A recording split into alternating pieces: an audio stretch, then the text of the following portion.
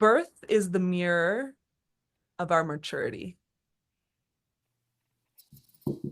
There's a lot of truth to that statement, but there's a lot of problematic undertones as well.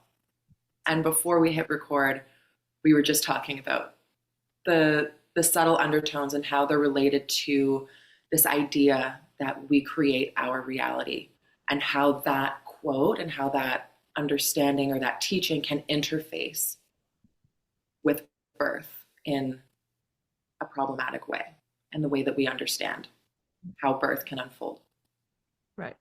And so, just to share, this is a quote that was shared online by a beautiful sister who is a licensed midwife. Her name is Catalina Clark, and she shared it as well with Wapio. So, I just want to call out kind of where this conversation is, the seed was planted, and two really beautiful women who I respect so deeply in the path of birth that are doing really beautiful things. And, there, I saw this on my Instagram this morning, and instantly it really put me into a space of contemplation. And it was like, oh, okay, there's a lot of energy behind that one statement, right? Instantly when I read it, it like it For me too. yeah, it hit both of us, right? And so then it's like, okay, the contemplation is why did that, like, what's there, what's that energy, what's that activation that is being felt in just reading those words, right? Birth is the mirror of our maturity. And so the place with which I want to say that I think it's unproductive is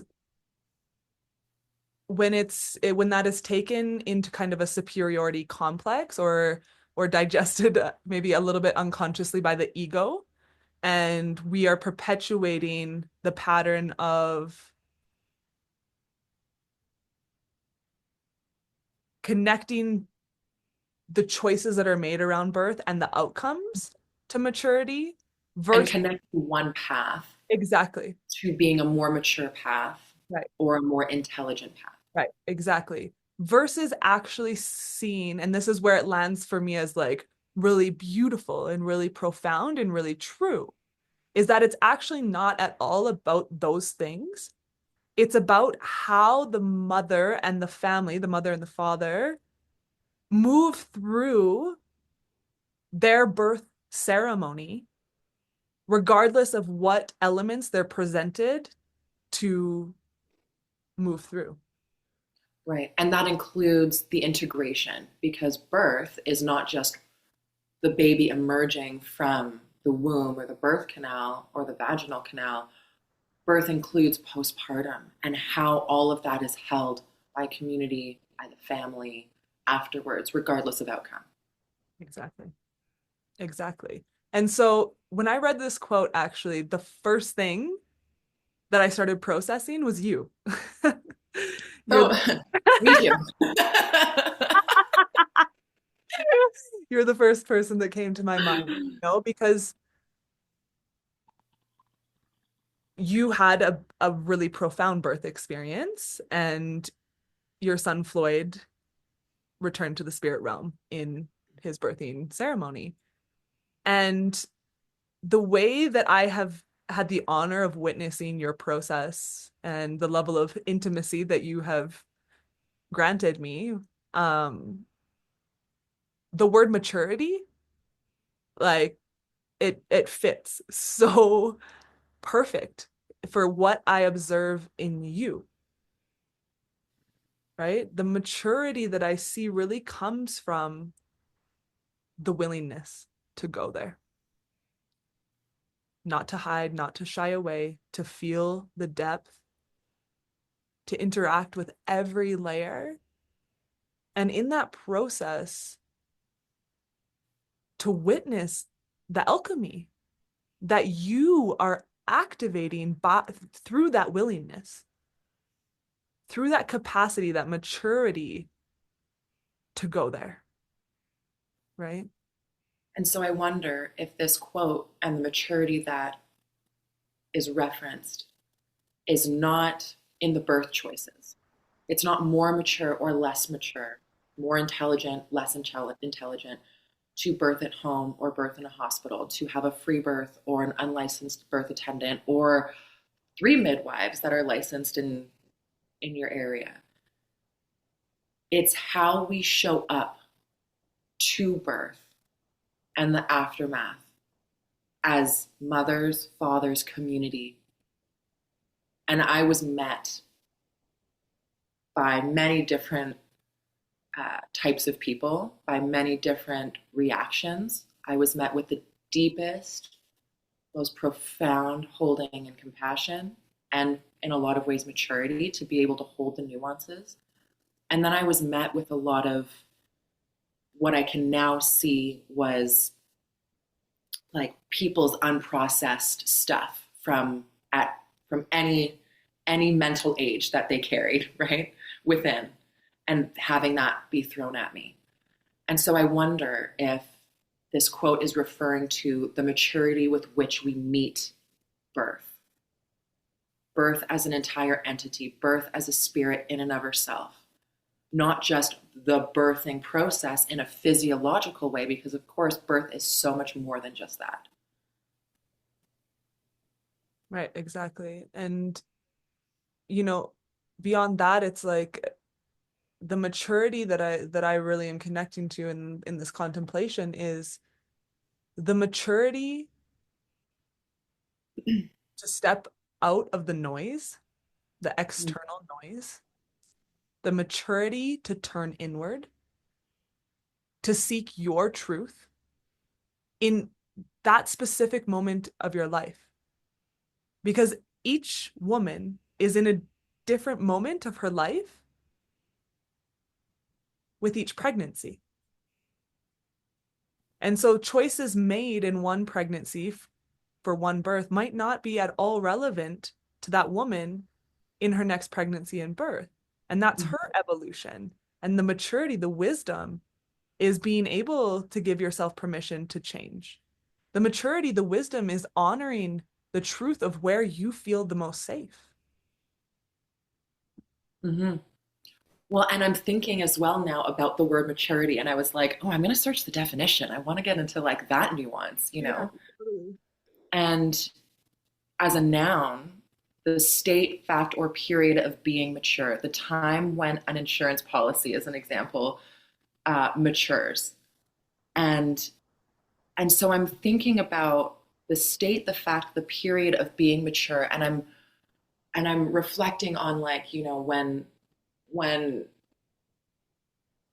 butter or when like dairy like matures, when cheese matures, when a butterfly is maturing into, or when a caterpillar is like, you know, falling apart and then maturing into the butterfly, which is going to emerge. And so I'm wondering even if this process of integrating birth, whether you hear a birth story from someone else or you experience birth yourself or you're holding space for birth, if the maturing is even this process that can be described as sacred and growing intentionally within that, like choosing to intentionally grow and choosing to mature, Right. right? Like even like a good wine or whatever it is takes time to mature in a barrel, but that brings with it the element of time, Right. giving time to allow a birth to integrate, giving time for grief to land so Giving you can for mature and grow within it. So there's different notes and layers that right. can open you up, right? Right. It's super interesting. So I went into that further. I was like, okay, so I also looked up the definition because you were maturity to be mature. I was like, okay, what's mature? And then it was, it gave some little points around emotional regulation, accountability, perspective, delayed gratification, self-awareness, respect for others. Okay, beautiful, some beautiful valid points. And then I said, what about metaphorically? And it said its roots run deep, grounded in experience, reflection, and self-knowledge. Its trunks, its trunk stands firm, resilient against storms, not because it's rigid, but because it knows how to bend. Its branches reach outward, open to connection, offering shade and fruit to others without losing its own essence. And its leaves, they come and go, just like emotions and phases of life, but the tree does not fear the shedding. It trusts the cycle.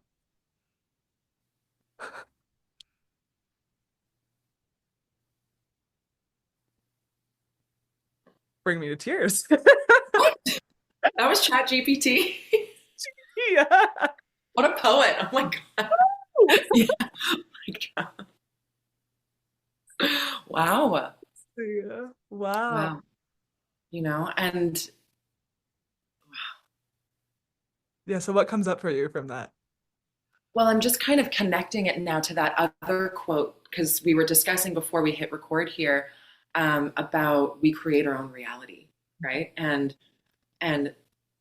we were talking about the nuances, and then we said, okay, let's pause and just hit record and bring this into the actual conversation. There's no point in talking about this and not sharing it with you, right? So, um, just reflecting on yeah, on trees. We can't control, they don't control deforestation. They don't make their reality by, calling on a forest fire or calling on the loggers to come and knock them down or wanting the cedar beetles to come in and destroy them and have parasites wipe out an entire species of trees. They're not asking for that. But what do? They show up each season. They connect their root system in their own like kind of mycelium network, in a sort of way. They they offer shade still, even afterwards. And I'm imagining in my mind right now a tree trunk, and I have a picture of it somewhere. I remember seeing one after Floyd died, and I couldn't stop crying. It was this trunk that had been cut I don't know how many years ago, but you see this like little sapling growing from the tree trunk. And that to me is you create your reality. That to me is maturing. And it was so interesting to even couple maturity with a sapling. Right. But I think it's that sapling that choosing to still be new again, choosing to not be jaded and to not be so rigid. And I remember saying that even after Floyd died, I was like, I don't want this to harden me. I don't want this to jade me. I don't want that. And I'm I keep meeting the parts of me that want to fossilize a little bit and be like, oh my God, this is too hard. And and firm up in certain things and firm beliefs in my body. And I'm constantly meeting that and being like, okay, but what if I'm wrong? What if I can be a little bit softer here? What if instead of rigidity, I can choose to be firm but flexible. Just like my body, I need a certain amount of structure in my bones, but I need to be flexible in my joints and my muscles and my ligaments. And so I think of that tree and that ability to say, yes, I will grow again. I'm not gone yet. I will come and grow and regain life and give back, because that tree is going to grow to whatever size and offer shade and offer maple keys or fruit or whatever it is that it needs to become a home for squirrels or raccoons or bears, and so as I hear that poem, I'm just like, oh, it kind of weaves, at least in my mind, all of these different pieces. And of course, trees are communal beings too. We don't ever see a tree just standing alone. And if we do, we know that that tree standing alone has withered a lot of storms, but it's been placed there. That's not its natural setting, right? And when we think of birth, what is a natural setting of birth, right? Community, togetherness, where one person isn't above another. It's just we're all here to support this outcome that we have, that we're all envisioning, that we're all praying for together. Like, is the prayer cohesive? Right. I'll cap my rambling moment. I went off a little.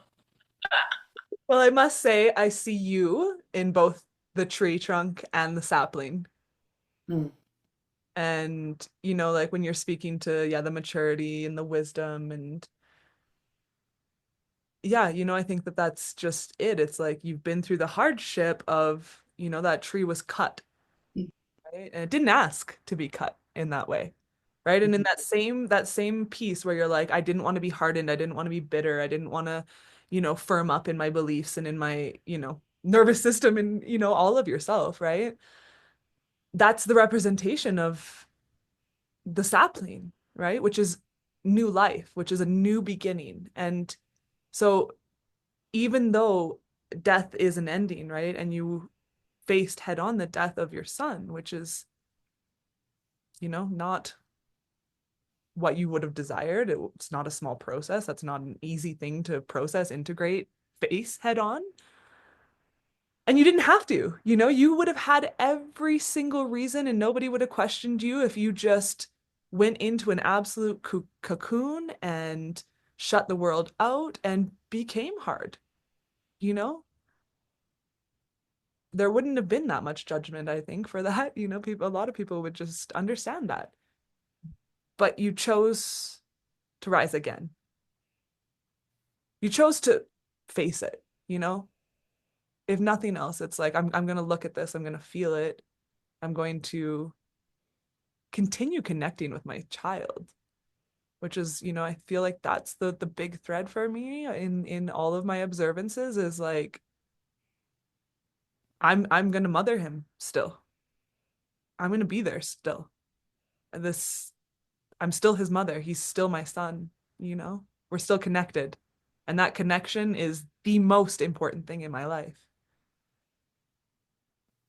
And that's where I see the strength and the wisdom and the maturity. Not because it's easy, not because you're keeping it all together all the time, because you're mature enough not to.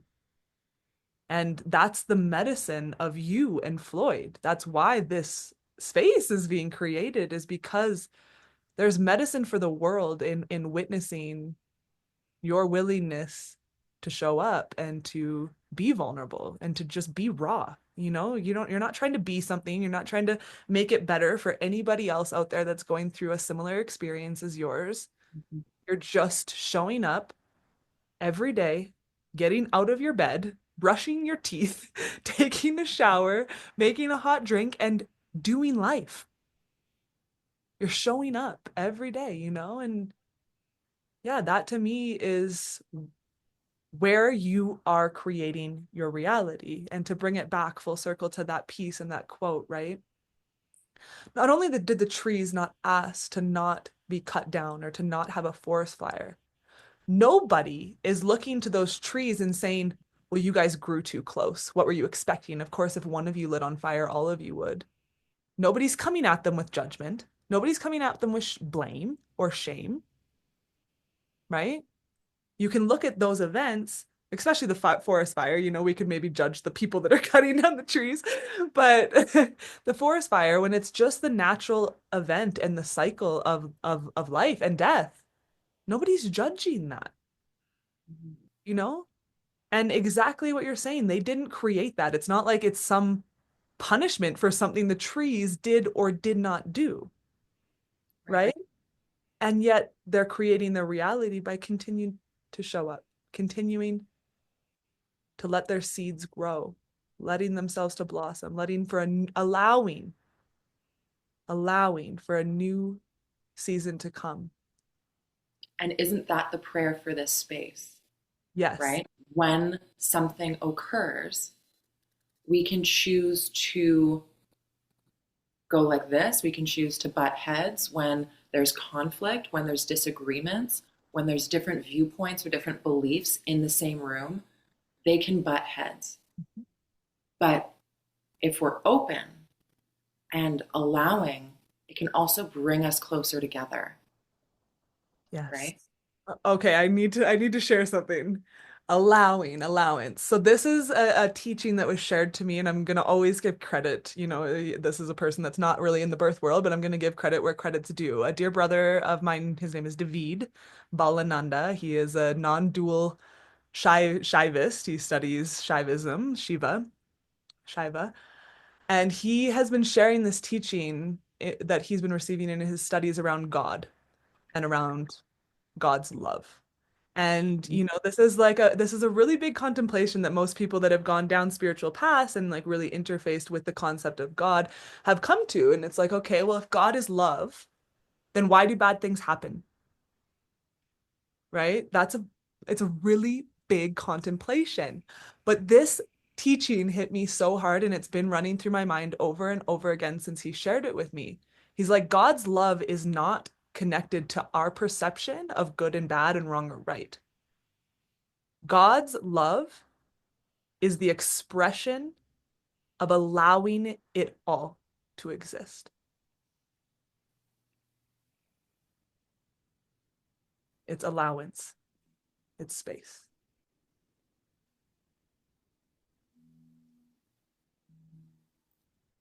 That's another big one. I feel like every time we hit record, you say something, and I'm like, okay, what?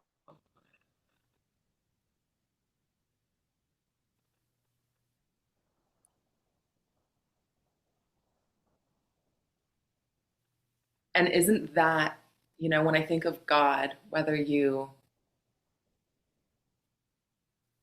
speak of and refer to God as a he or a she, as a man or a woman, and of course God is beyond gender and pronouns and all these things, God is God, beyond time and space and form, but also woven into form. But in so many cultures, God is referred to as father or mother, right? This reference to as a parent, as creator. And is that not what a father and a mother does? Is loving and allowing this child in all of their forms, newborn, toddler, teenager, adult, all of those forms, every tantrum, and still loving and still holding. Seeing that 3-year old that doesn't want to share, or seeing that teenager that came home drunk and isn't listening and wanting to do these things, and yet the parent is still standing there with open arms, like, I love you, and I see that this is part of your process. Right. Isn't that Right. It's the part of role your of mother and father, and in their own ways? yes, and then but parents are not going to just allow anything, right? Like if my daughter's about to walk off a cliff, I No. can promise you I'm going to intervene, right? And so then like this is where we get like these kind of thought experiments where it's like, wait, yes, and because we actually as parents, I as a parent am not actually able to embody that level of allowance that God embodies. Okay, but pause. Okay. The allowance might not be in letting your child do whatever they want. It might be in, I allow your emotional state. I allow you to be fully you. I will set boundaries, Sure. right? The way that God might set a boundary of, if you walk off a cliff, the consequence or the boundary is XYZ, right? You might break your leg, you might die, you might experience something, you might fall in water and it might be really fun. But as a parent, we set these boundaries. And if the child is upset at one of these boundaries, no, you can't put your finger in the socket. No, you can't have candy for dinner. No, you can't walk off that cliff. And they have an emotional response. You're allowed to have that emotional response. And I still love you. For sure. And And that so I can that's, embody. that's where I see the allowing in Right. there with boundaries, A right? hundred Because we percent. are we are physical beings. Just because I want my blood to flow, because I know it's good and I'm allowing my blood to flow, doesn't mean I want to cut my arm open and have it flow all over my kitchen floor. Right. Totally. And so Right. the difference there is that humans and part of our humanness, which we get to choose if we desire, we can choose to relate to that as perfect and beautiful. There's no shame. Mhm. However, I do have certain beliefs and biases, which is another thread we wanted to kind of weave in today around good, bad, wrong, right morality, right? And so God just doesn't have that. Everything is just allowed because God isn't perceiving death as wrong or bad. So Yeah. if you jump off that cliff and that results in death, God says, "Wow, that was the perfect experience for you in this moment." Hmm. Right? And so we're Hmm. like, yes, it's like how to play with that, that intersection of like perceiving this, the creator of it all, just divine consciousness. Whereas a human experience, Yeah, yeah, but where a human experience, and this is, what people have actually said to me, not everyone, of course, but people said, well, you wanted to free birth. Of course your baby died. Of course you wound up in the hospital, you know, duh, was the response that I got. Right. And, you got what you deserved, like that's, all of these sorts of ideas because they had decided or they had a belief that formed their perspective that was free birth, home birth. I'm using those together. They are not the same, but I'm just using those side by side. Free birth, home birth is not the safest option. That is not the intelligent thing to do. That is not the wise thing to do. Doing that equals bad mom. Doing that equals immaturity. And that's a really powerful, I think, place to segue into how belief formulates how we see things, how we perceive things. And that can create limitations, but it can also offer context and depth in different ways, right? And it makes sense as to why these beliefs might be there, right? If you've seen many snakes with a yellow stripe, cause harm with poison by biting people, of course you're going to have certain awarenesses like, hey, I might be a little bit more careful when I see a snake with a yellow stripe, and I'm going to have to be conscious of how I interact with it, and maybe the stripe is set in a different way. So, we gain more information, but our lived experiences do offer wisdom. Our lived experiences, even though they can formulate beliefs, belief isn't a bad thing, you know? And so I'd like to, yeah, I'm curious to have you speak a bit more on that. totally. Well, I would say belief is a very human thing, right? Mhm. And belief drives who we are, how we are, and how we show up to the world around us. It drives how we even perceive the world around us.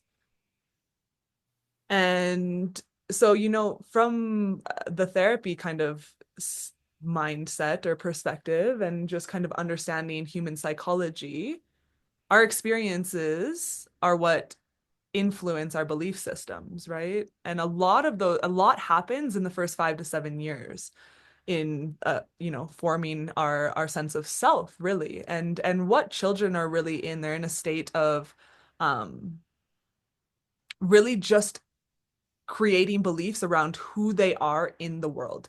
And so they're looking for reinforcement with every experience. And really their filter is, I'm worthy and I'm loved, or I'm not. That's really all that they're processing through every delicate experience, right? And so when a baby's crying, do you respond to it? Or no? You're imprinting your child one way or another, whether you respond for whatever set of beliefs that you have, right?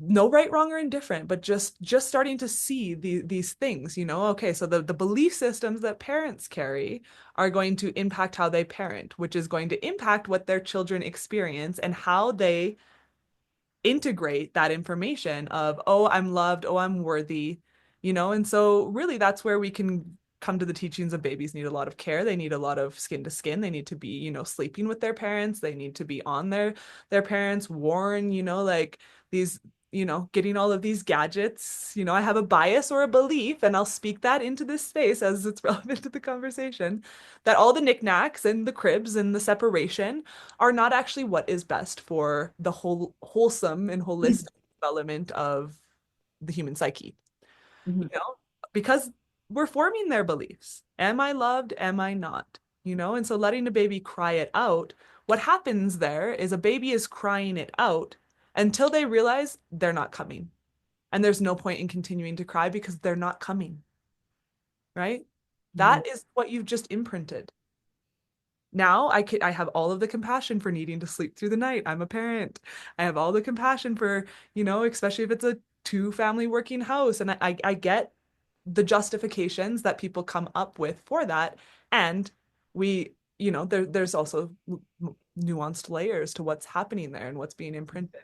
So Well, and go ahead.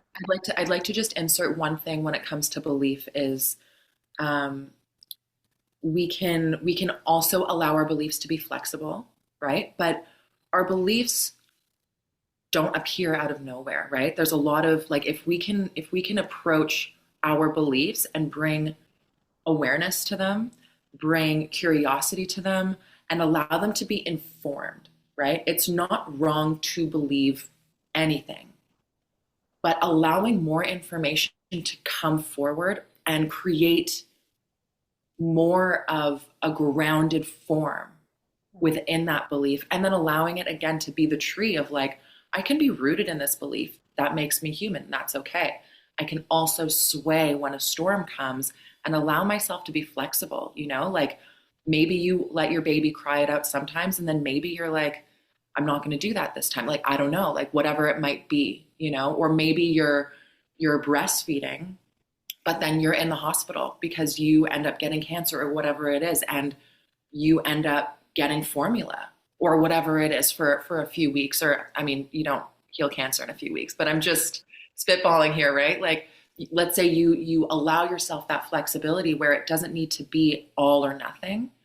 But when we can be aware of our beliefs and we can state them, claim them, see them for what they are, and understand them, we can see where there might be blind spots. We can allow ourselves to be curious, not just about ourselves, but other people, and see where we can just like open more and be more curious and just find new shapes and Right. forms.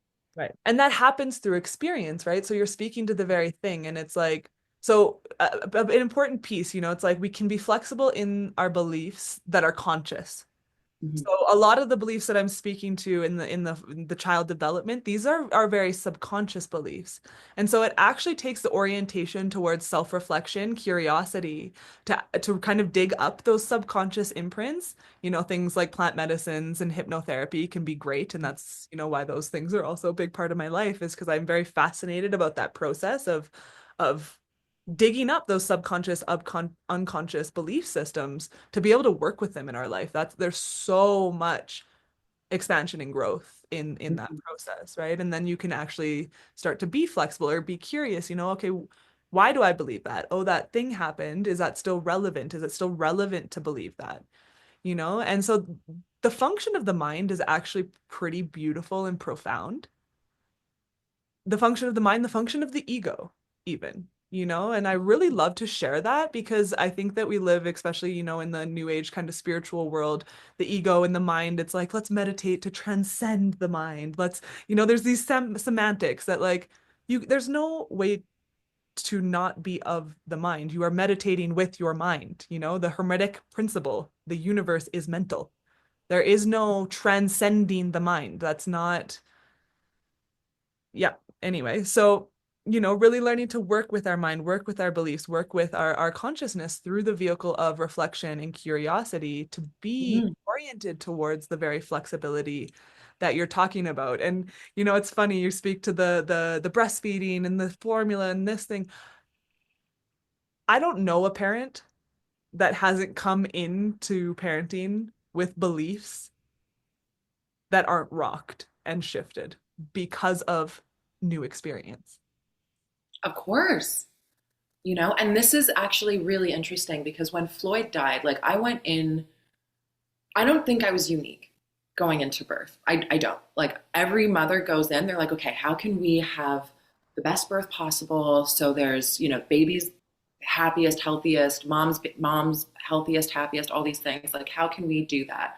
We weren't gonna do anything other than like wooden toys. We were doing cloth diapers, like we were doing all of these things, like setting up everything. And this was our first baby, and I was pretty aware that I'm like, okay, this is what I want to do. Like we didn't want to have any trace of baby like on our devices. We're like, no, we're only going to do like film photography to capture our baby. We're not taking any photos on our phone. Like, we wanted to keep this baby safe as we could, with the awareness that, of course, we're probably gonna, who knows what we're gonna be presented with. Like, what, you see a butterfly land on your baby's head and the only camera you have is on your phone, you're not gonna take a photo. So knowing that we would have been flexible, but one of the things that people said was it was her ego. That's why her baby died. It was her ego. My question to that now, from more of like a digested space, is what mother in her decision making is not partially coming from her ego, No, coming from 100% of her the fears, her desires, her beliefs. Like, every single mother is coming from ego. And that's not a bad thing. No, it's 100% of the time mothers are coming from their ego, period. And And so that's not why a baby dies. no, it's not why a baby dies or lives. And actually, I didn't finish the teaching around the ego there. That's actually really Sorry. valid and important. No, no, no, it's perfect. It's perfect. It's flowing so perfectly, as always. Um, but I'm so glad you spoke that actually, because like what you just presented was the typical negative connotation and projection about the ego that is rooted in shame, right? Oh, let's shame the ego. Listen, the ego is a protection and defense mechanism. If we looked at the ego in terms of like a computer program, what it's programmed towards is keep us safe, right? But it's like a computer. Our mind is literally like it's not so efficient. It is like an algorithm that can go wrong. And so this is when and where it goes wrong. Look, and we can totally unpack this in regards to your story. Like it'll be, and I would love for you to do so if it feels relevant after I share this.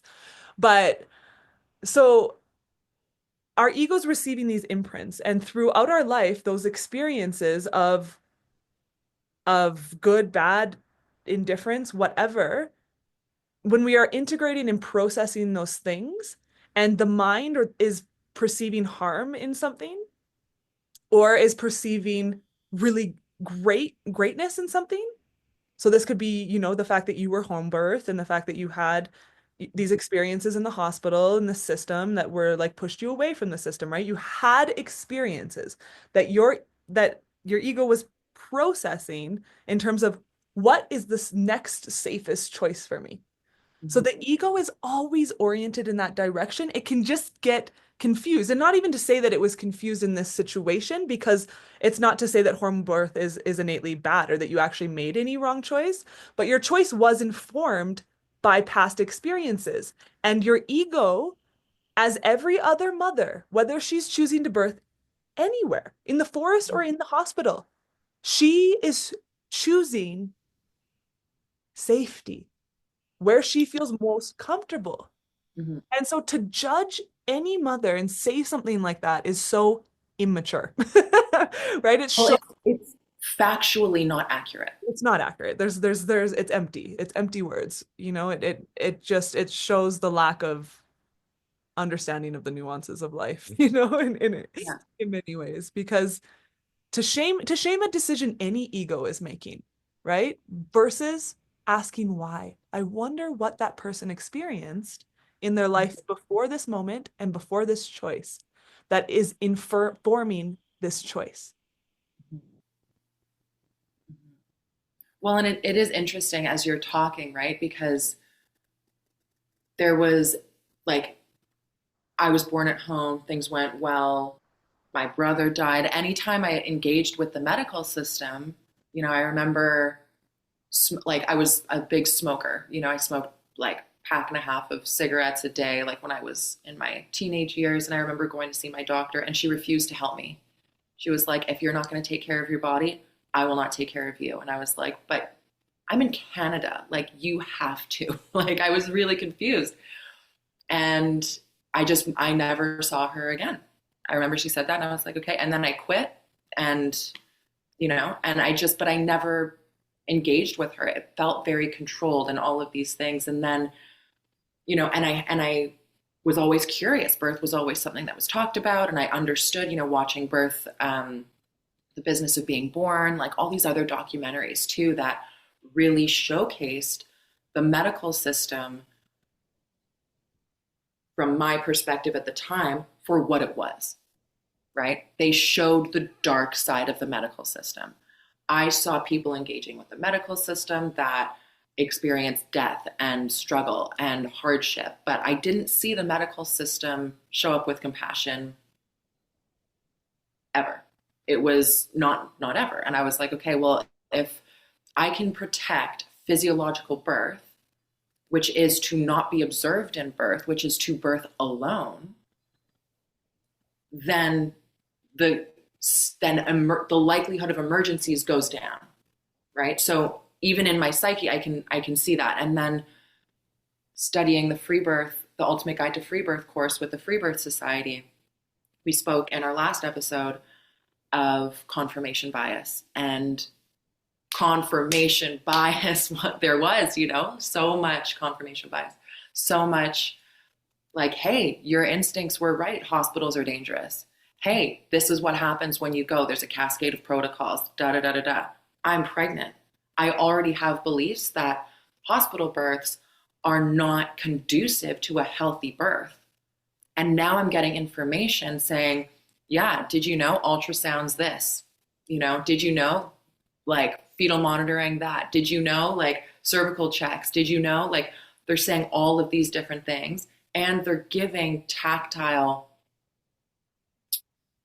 not medical information, but they're giving like the course was offering insight into what you can do to cut the cord, what you can do if there's hemorrhage, what you can do if you tear, all of these things. And that, and I'm not a psychologist, I don't have a master's in psychology, so you can speak to this a bit more, perhaps.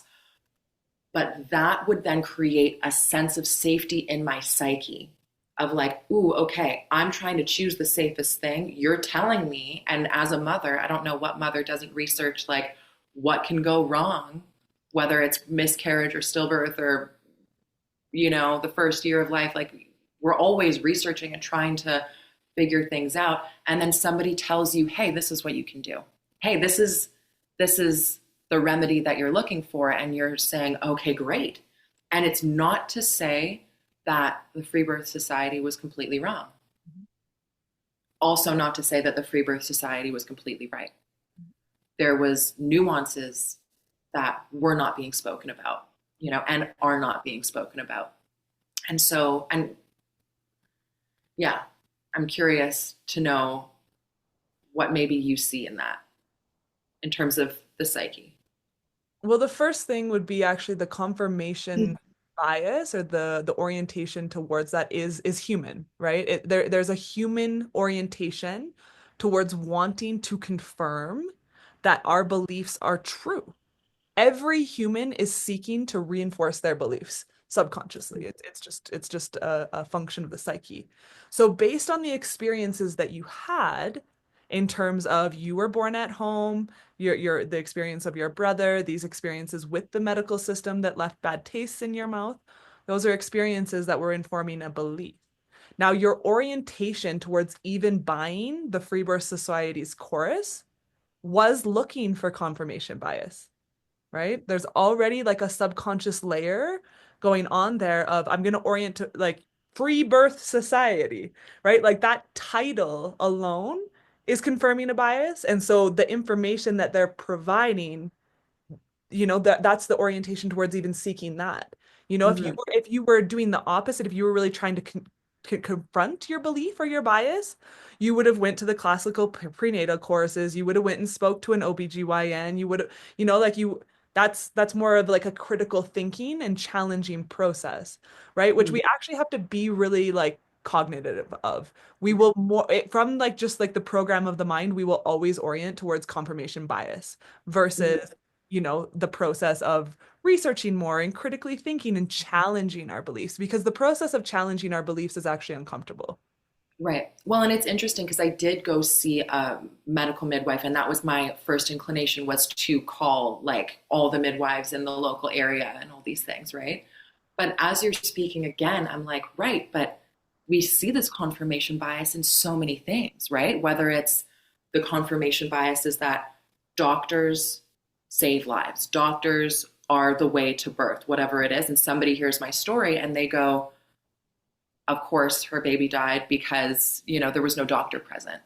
But then if a woman gives birth in a hospital and the baby dies, that orientation would also state, well, the doctor did everything they could. Thank God they were in the hospital because it could be so much worse. Exactly. Right. And that brings me to that quote of when a baby dies at home, the mother is blamed. When a baby dies in a hospital, a doctor is praised. There's a lack of consistency in that because why is the mother, for whatever reason, not trying to choose the safest thing? And why is birthing at home not the safest thing? And even going into that, you know, but that's something like one of the reasons that we're discussing these things early on is because we want to approach these conversations and create that foundation of calling forward, speaking what our biases are, what our judgments are, what foundations we currently have, with a willingness to be challenged, with a willingness to change our minds, because right now I'm still exploring what my new biases might be. I know I'm more familiar with what they were. Right now, everything is turned on its head, and I don't know. And so part of this discussion and part of these conversations that we're going to continue to have, that we're going to be inviting people in, that we're going to be inviting people into, rather, is also going to be like I'm curious. I'm really wanting new perspectives to come in to kind of help me figure out, like, so what do you have to tell me? What's your wisdom? What do you have to share? Change my mind, or like inform me, educate me. What do you carry with you that could inform Or a new inspire. perspective or inspire, you know? Totally. Totally, and I think that that's you just, touched on an important intention in this space is for us to present our humanness, right? And that's not what anyone is really used to receiving in the world. Everyone is trying to become an expert to be able to speak from that expertise. And, it's like I know that I carry wisdom. I know that I've spent a lot of time dedicated to educating myself. And what I know for sure is that I still don't know. And that I am challenging my beliefs and I'm challenging my perspectives and I'm really reflecting and ruminating every day just about it all, life, death, birth, my path, motherhood, all of the things. And I want to in embody my process. I want to show up in my humanness, and I want that to be the place with which I interact with the world or, even guide someone. That is how I work, even in my therapy containers. I really, of course, I bring my wisdom and my teachings. And I bring my humanness. I bring my availability to truly connect, and explore with whoever I'm sitting with. And so, today the first thing I did when I got on the call with Emma is like, girl, I've been processing, like I'm really ruminating, these calls, like I have a bias and I'm biased and I have my beliefs and like to come on and say like I want to be flexible, I do. And I think that I also, really want to be transparent in the beliefs that I carry because they're always shifting, right? And so in my early years as a birth worker, I was, really open initially to both. I wanted to study in the university setting to become a midwife. I was taking all of my prerequisites for anatomy and physiology. That was the path that I was going to take coming out of the university setting of studying psychotherapy and psychology. And so that was my orientation at that time. And then studying the intensive doula program that I did at Pacific Rim College in Victoria, and these different having these different intentional like spaces of learning different modalities in the space of birth. We went through acupressure, nutrition, anatomy and physiology, rebozo. We did a little bit on herbs, different things, right? And to support birth. It really kind of opened myself up to the natural world of birth. And then the pendulum swung super far, and I was like, no, it needs to be at home. It needs to be natural. Of course, it will transfer sometimes, but really kind of got into a bias around that. And in many ways, I do still carry that bias. My truth is that in this moment, I do not have a desire to educate myself in a traditional university setting around midwifery. My truth is that I am a student midwife and I am walking the path of traditional midwifery. And what I desire in my life, in my path, is to sit at the feet of many different women who carry many different paths in terms of how they educated themselves, and that means for sure interacting with midwives who have educated themselves in a university setting. I have that desire.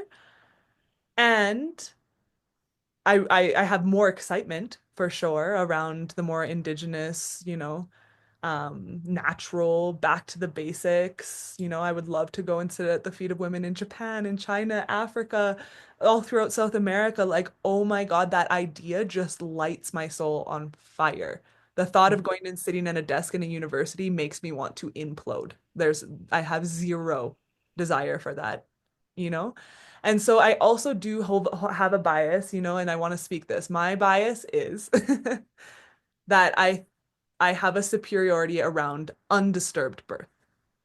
And I can say that the place with which I see that happening is at home. And And can you define undisturbed birth? my definition of undisturbed birth is having that kind of that care that we were speaking about in our last call around kind of the quantum care where whoever's in the space supporting the mother and the family is has woven throughout the pregnancy with the family, really knows what's on the hearts and minds of the family, and is stepping into the space to honor that as much as possible. And that means being as hands off as possible until that's needed to be interrupted. And my belief is that in that process, highly, it's much more uncommon that interference will ever be needed, that you can, be in the space focusing on other things. I am filling pools, making soups, cleaning, tidying, making sure the other children are good. I'm not there, in the mother's face the whole time, because for me, that's the role of the partner. And if she wants me there, I know. And so I observe her, right? The mother will tell you through her body language when she wants you next to her. And I think a good nuance to insert here too is in this weaving that you're talking about, there's also a weaving of not just rapport, but trust, but education and curiosity. And so, if she's, again, we spoke to this example of cervical checks the last time, but going off of that example, if she's like, I don't want cervical checks, I'm not forced, I'm against them, blah, blah, blah, the way that I've sat with you and I know that you approach me is with that curiosity. Okay, well, where does that come from? Why do you say that? What's underneath that? And the way that you approach those questions creates a sense, not even a sense of, it creates a foundation of safety, where no matter what's coming up in that birth, you can allow there to be that lack of disturbance, and with that lack of disturbance fills with intuition and allows the mother to have informed intuition, not just, oh, I think something's okay or whatever. Like, I remember one sister telling me that she was told birth feels wrong. And if birth feels wrong, then it's okay. Then whatever. That is a judgment coming out right now. That is a terrible fucking thing to say to somebody. That is not true. That is not a 100% true thing. Yes, a normal, healthy birth can feel wrong in somebody's experience.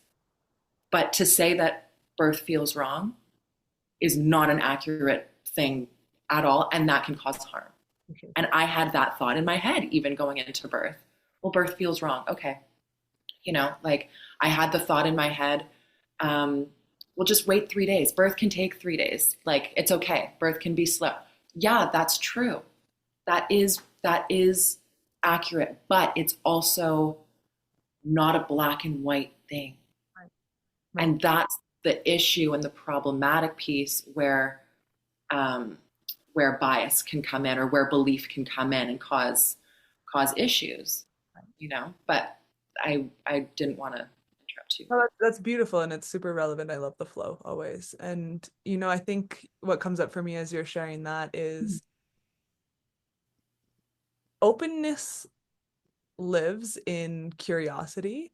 And as space holders, from that lens of how to not disturb, curiosity, ask questions, Mm-hmm. right? So a mother comes and is like, I'm not having cervical checks. I don't want cervical checks. Okay, great. I'm curious why. Mm-hmm.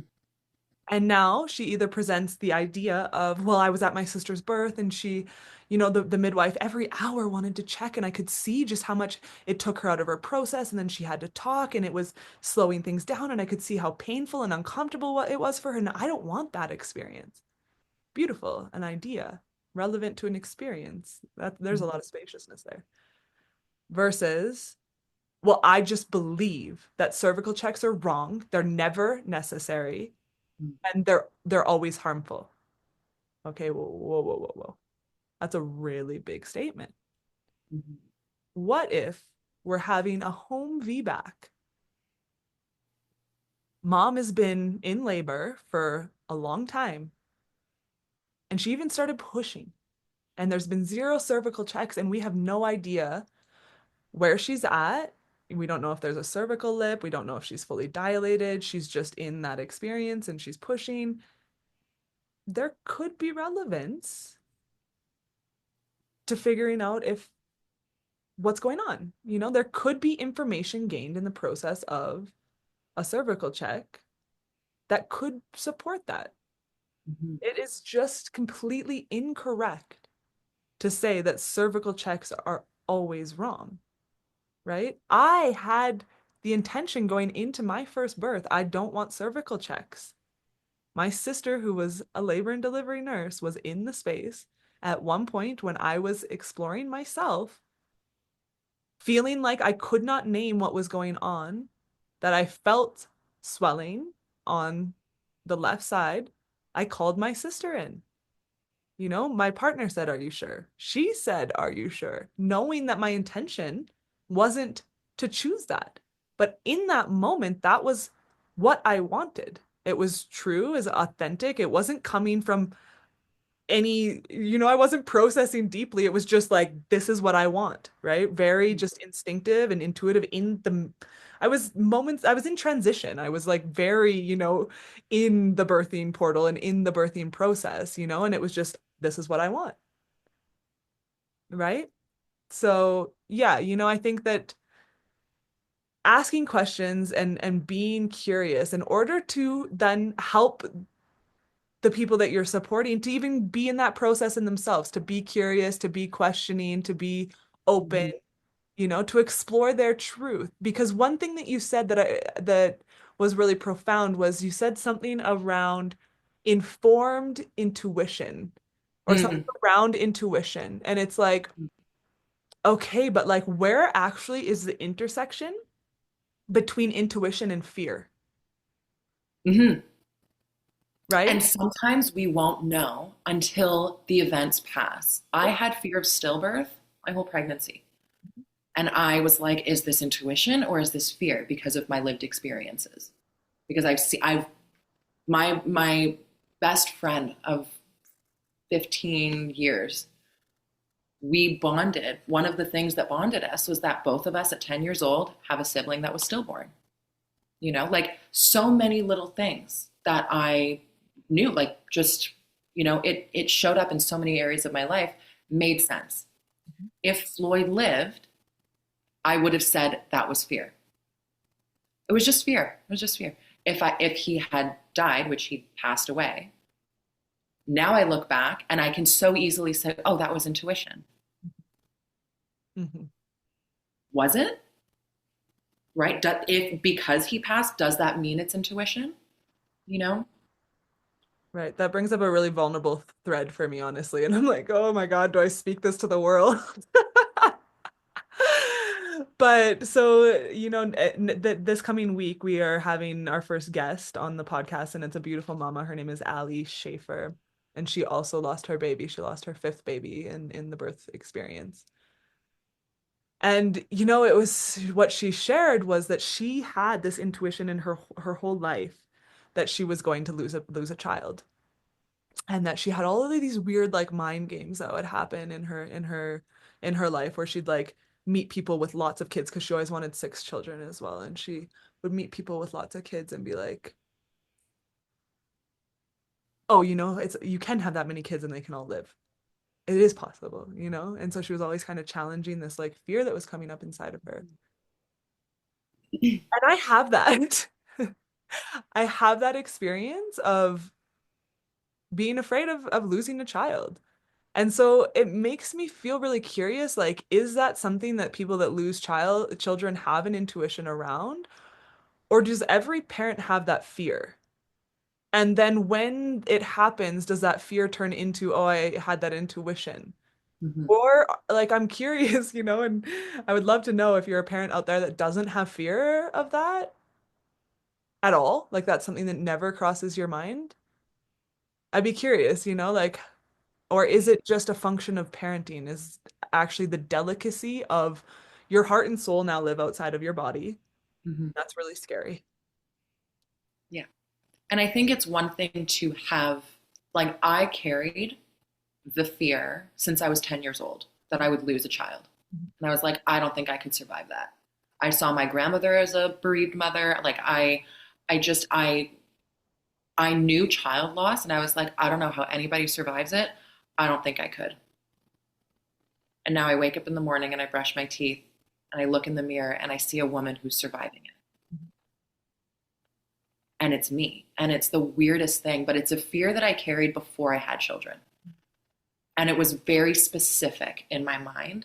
It wasn't just, ooh, I want my kid to be safe or I'm afraid of losing my child. Like it was, I am afraid of having that be a lived experience for me. Oh my God. And I don't have an answer for that because I've had other women that say, oh, I'm afraid of getting pregnant again too, because I don't, I think every mother's afraid in pregnancy. And I'm like, okay, it's going to be different for me. Like it's going to be different for any mother that has a baby afterwards, just that experience, and and so I don't know, but I echo that curiosity as well because I don't feel that fear. I feel the fear of now I have like an experience that lives in my cells and I don't want that experience again and there's that memory, but I don't have the fear that I'm going to have to live it again. And that's a weird thing that has come through where I'm like, I'm afraid because I know how scary that experience was and how much I hate living it now. Even though it comes with medicine and beauty and all of these things, I hate it.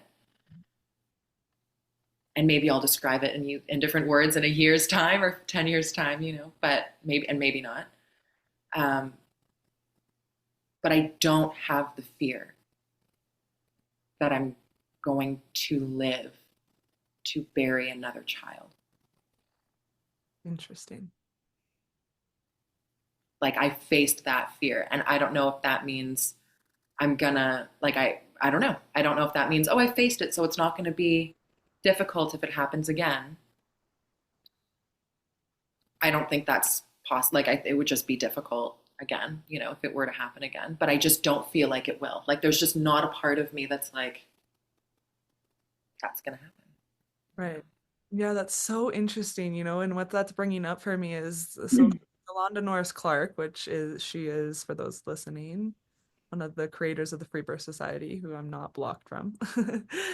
But she just put a reel, interestingly, that was also putting me into a bit of a process yesterday around, she wrote like here, like, what are the reasons for all of these things happening in birth? She like put a real, oh yeah, there's one primary reason for all of the following: pain during birth, tearing during birth, home birth, hospital transfers, unwanted or unnecessary C-sections, failure to progress, obs obs uh obstetric violence or violation and abuse, and then birth-related trauma. And it's like point down into the caption. And so I like started reading, and then she like puts the reason for all of these things is fear. And I was like, that's a really big statement. And like, And not true. I mean, what not human doesn't true. carry Exactly. fear? Well, then that's just like what I mean. And like it's such like a nuanced thing. And I see it happening so much in the work I do as a psychotherapist. I see it in the guests that come through the center, and it's like what that breeds to me, that the really unproductive layer there for me is that semantics and teachings like this perpetuate fear of fear. Oh, yes. That was, sorry. Wow. Yeah. And And judgment of fear. well, fear of fear, like then I fear my fear. Like I fear like I'm this is so vulnerable. I haven't even shared this with my husband, for crying out loud. Here we go. But like the fear of like giving birth again, Like I am like, could I be that lucky to have three beautiful home births and have nothing go wrong? Like what would make me so special? Why would I get that? And that's a very real and deep and vulnerable like fear. And it's not a fear that's big enough. Like if I were to get pregnant, I would choose to birth my baby at home. And like there are so many layers of trust and like yeah, there's so like there is so much connection to my body. And the truth that sits next to that is that I actually have a lot of desire and excitement around the idea of birthing again because birthing is just profound. Like birth is just wow, it's just such a teacher and it's the teacher of my life. But when I read that, it's like, okay, I have this fear, like, because the more that I've birthed, the more that I've studied birth and been at the feet of birthing women and in conversations with women who have lost babies, the more I've just interacted with the depth and the mystery of the birth, the more I bow, the more I feel humble, the more I feel like, wow, like just brought to my knees by the entity, the portal that is birth. And so I do have fear, and I don't want to, and I don't hold space for people in this way. I don't think that this is a productive teaching at all. I don't think that this is supporting women. I don't think that this is empowering to women, or the semantic of it at least Mm. is not. It's kind of like I don't know. There's I don't know. It doesn't sit well with me. It doesn't feel productive, right? It like leads to me feeling like I fear my own fear more, and then as like a space holder and a therapist, it's like, well, that would be the most unproductive thing I could ever say to a client. I would never Right. frame something like that, right? Like Well, I and but this is where, like, when fear presents, there's those four core responses: freeze, flee, fawn, fight, right? Fight, flight, freeze, fawn. So there's the four different responses, but how do we push past that? Because I experience fear all the time,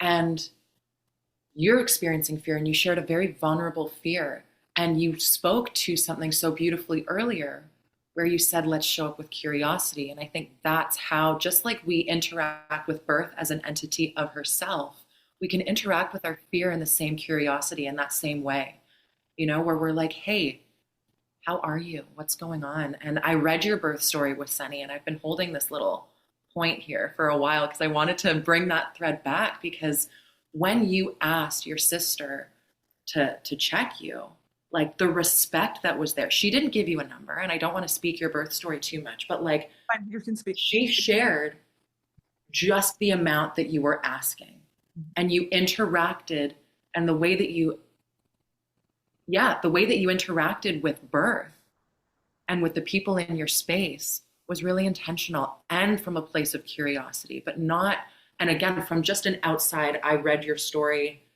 perspective, you were curious. You had a concern that showed up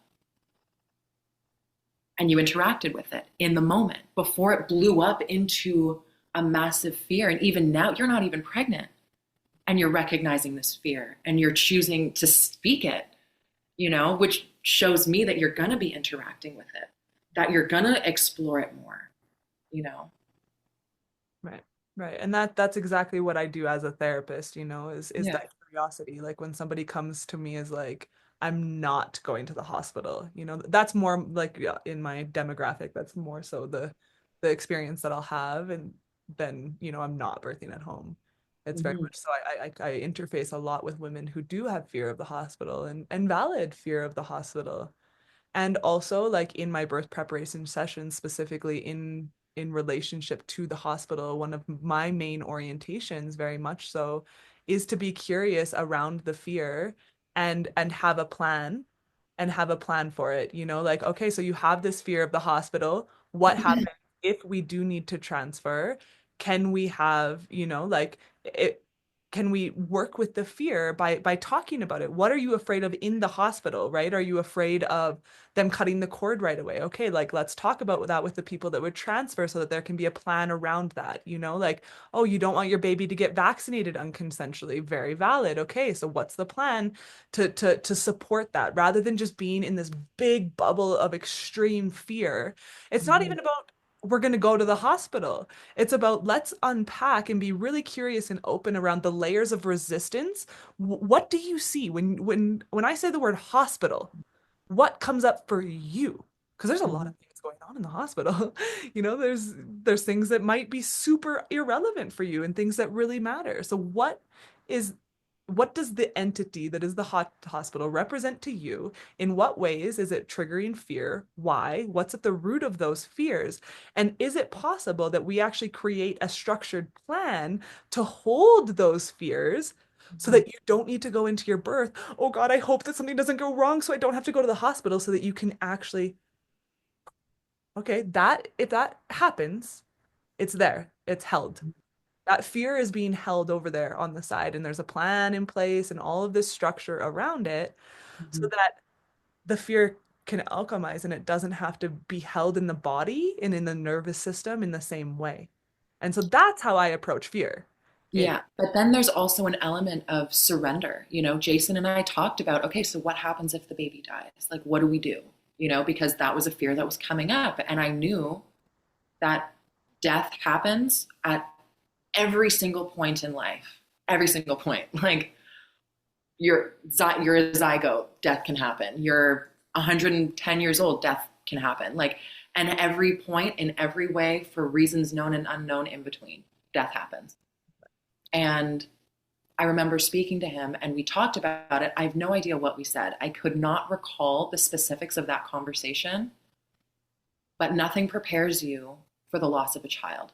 Nothing can actually help you understand. No amount of people that we speak to that have had that experience can prepare us for what it means to have a child that we are now mothering in spirit. I've spoken to so many women before Floyd died about child loss. That was my life. Like, I knew so many women that had walked that path. Nothing prepared me. And maybe they did. Like, maybe actually those conversations did help me process things in a certain way. I saw people live with a child that died. So I knew it was possible. I saw these women survive it. So I knew that survival of child loss was an actual thing that could happen. But there is a certain amount of, you can prepare for birth, especially your first birth. You can read the books. You can educate yourself in as much of an unbiased way as possible. You can recognize your confirmation biases and beliefs and all of these things. But what is preparing for the unknown? You can read all the travel books, all the cultural books of a country, but until you go there, you don't know what it's like, because you don't know what it's like as Emma in that country or Sam in that country. You know, you don't know what Sam birthing a third baby is like. You know what Sam birthing Sonny is like. You know, I've shared this with friends of mine. I don't know what it's like to mother your child, you know, and you don't know what it's like to mother your child at 10 years old. You know what it's like to mother your child at 3, but what is your baby, child, toddler what is it gonna be like to mother your child at 5? You don't know what that's gonna be like. You don't know what it's like to mother Floyd at 1 month postpartum, or at him at, I mean, he would have been 14 months today, 15 months today, you know, 14 months today. And so there's just so much surrender and so much more unknown, and we can try to plan for it. We can have plans in place, right, and informed plans, and all of that is so helpful, and that's the masculine container that we can create. Right. But then what flows within that, Right. you know, the letting go of the mystery of like, you Right. know, and that's a very difficult thing to Totally. do, that we're constantly having to do, you know. Exactly. Exactly. Yeah. And that's the nuances of it all. You know, I actually really, really have been thinking about this piece lately as well. I've been saying it to my friends who are moms, you know, is like, wow, like I nannied for years before I ever became a mother. So I was interacting with all of these different babies and children and whatnot. And that just became normal, right? Like I just would learn their babies, right? But now that I'm a mom, like I know my babies like in the somatics of my bodies, like how and their bodies, like when I pick them up, like I'm used to moving with them and like their structure.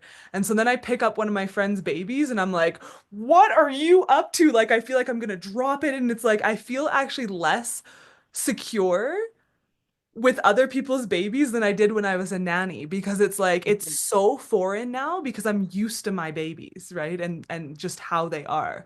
And so like just picking up a friend's baby or interacting with a friend's child, it's like, whoa, like the difference is so tangible. And so it's also there's so much wisdom in that, right? To really acknowledge, okay, we're mothers and there's so much that we can receive in sharing our stories with each other and relating to certain aspects of the experience, and yet always just holding that knowing that it's so different, that our mothering experiences, no matter how connected we are, no matter how similar our beliefs and our biases are, it's still so different. We Mm-hmm. cannot know somebody else's mothering experience and mothering journey, which also kind of is bringing up this thread of like really having reverence for the different paths that we walk as women, and having reverence for the stories that are unfolding, and just coming back to our experience with that reverence and with that recognition that it's ours, and it's meant to be different and separate in many ways from every other mother's experience. And it, you know, it really brings me to this experience I had when I had two miscarriages before my daughters were born, and I lost my pregnancies around 6, 7 weeks. And they were back to back. And so I had one, and then I had a month where I had a bleed, and then I was pregnant again the next month, and then 6, 7 weeks later lost that pregnancy as well.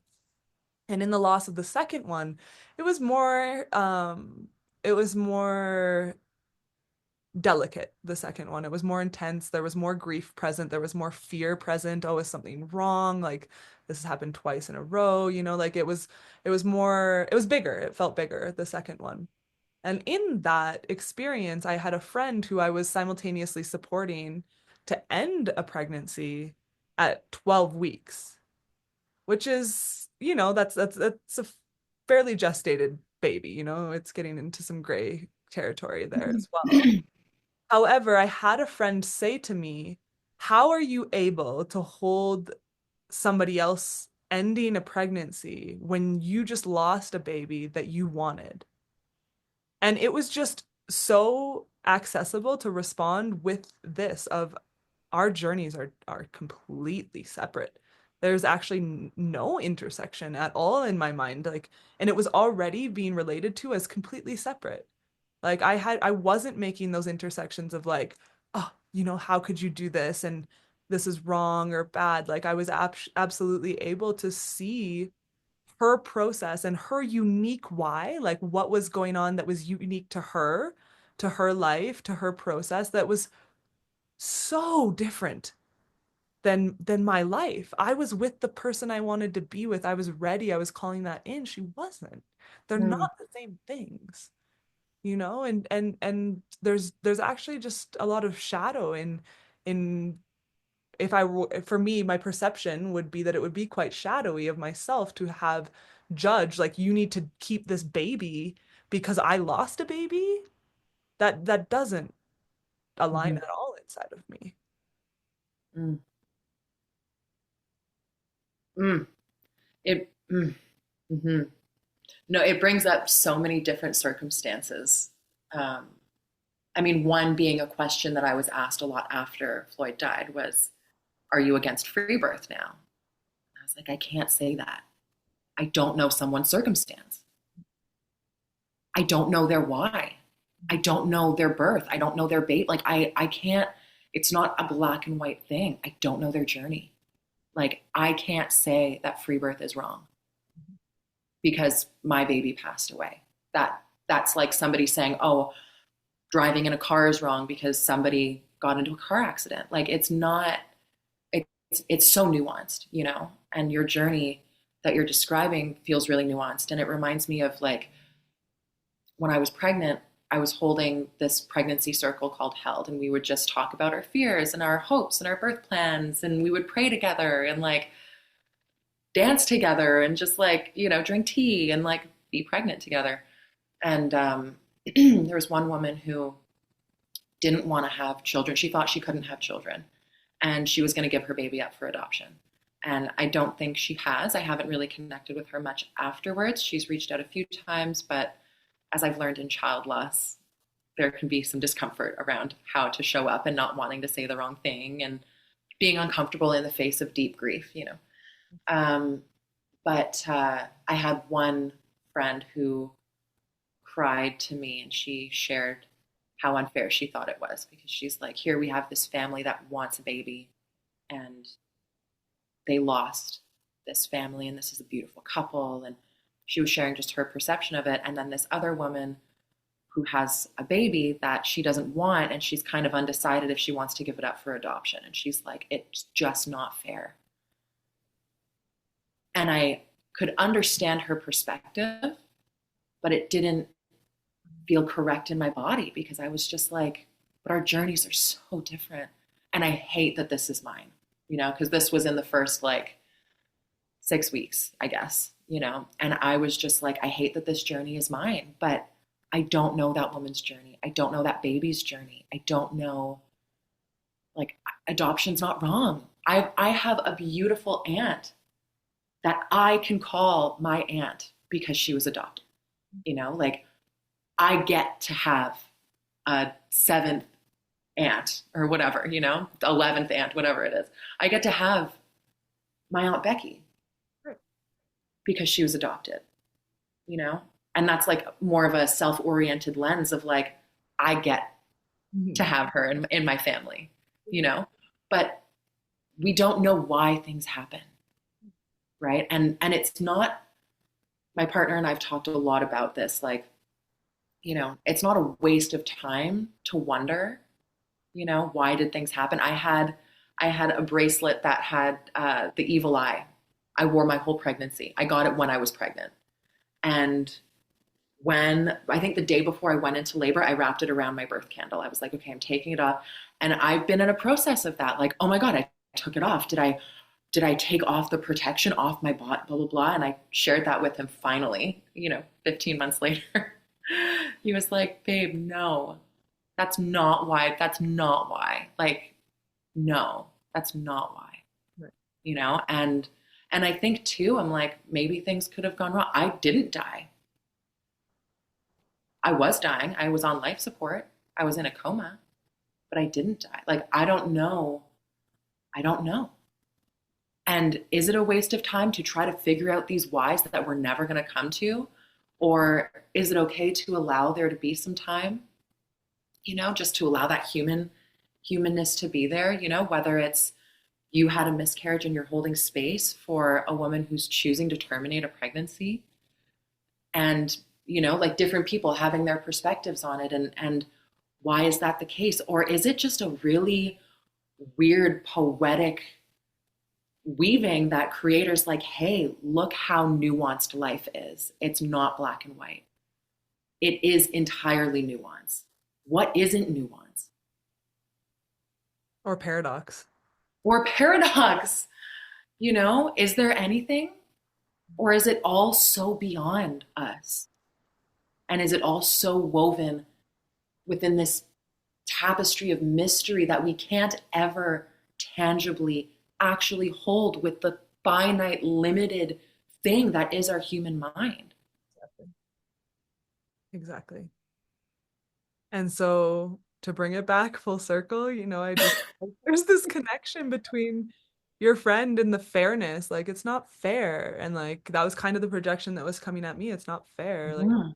how are you able to? Yeah, she was perceiving it as feeling, like Mhm. it's not meant to be fair. Life isn't about fairness. It just isn't, you know. Every experience is just allowed to be.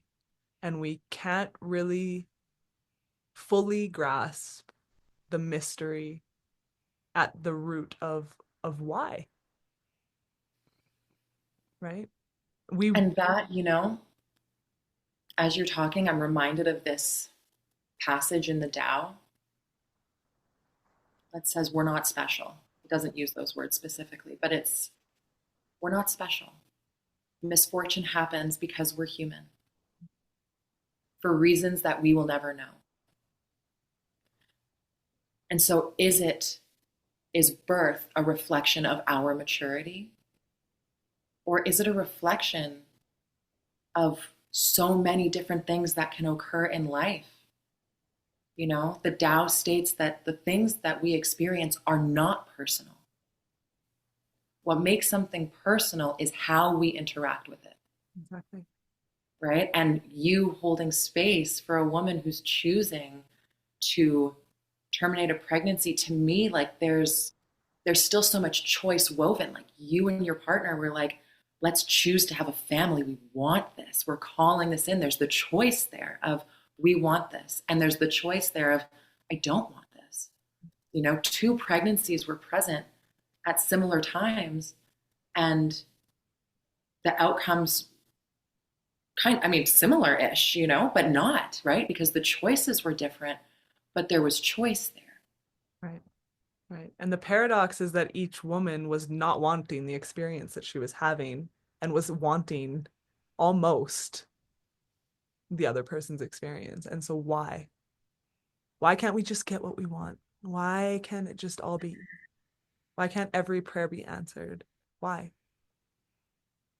And is that not like and that's what suffering is. That's what causes suffering. We want an experience other than the one that we are having right now. And it can be so understandable to want an experience other than the one that we're having, especially when it's gut wrenching and painful emotionally, physically, spiritually. Of course. Of course, we want something other than that. It makes sense. It makes sense. Right. And yet it's perfectly designed as And that. it's okay to feel that. It's okay to hate where you are. Exactly. And there can be space to feel that. Can And you the more allow it? exactly, and that allowance, because then allowance allowed like leads us into acceptance, right? And acceptance doesn't mean that things aren't going to change and that we're not going to put into action new dreams or new seeds that we want to plant. It doesn't mean that we're okay with abuse that we've experienced, but it means that we can breathe a little bit into it and that we can recognize, okay, but that did happen. There's a bit of a reality check that shows up. with acceptance and allowance. It like a loving reality check. Totally. Totally. And that feels like maturity. And so the quote is true. It's just delicacy of our perception of it, our relationship to it, you know? Mm-hmm. And everyone is perfectly where they are in their perception of it. Mm. It's all perfect. It's all divine for In where its we're imperfection, exactly. and we don't need to show up perfectly. Exactly. There is no such thing.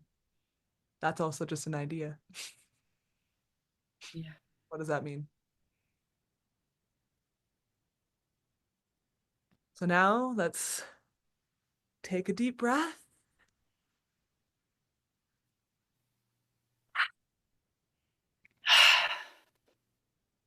and continue to sit in the mystery of it all. Aho. Aho.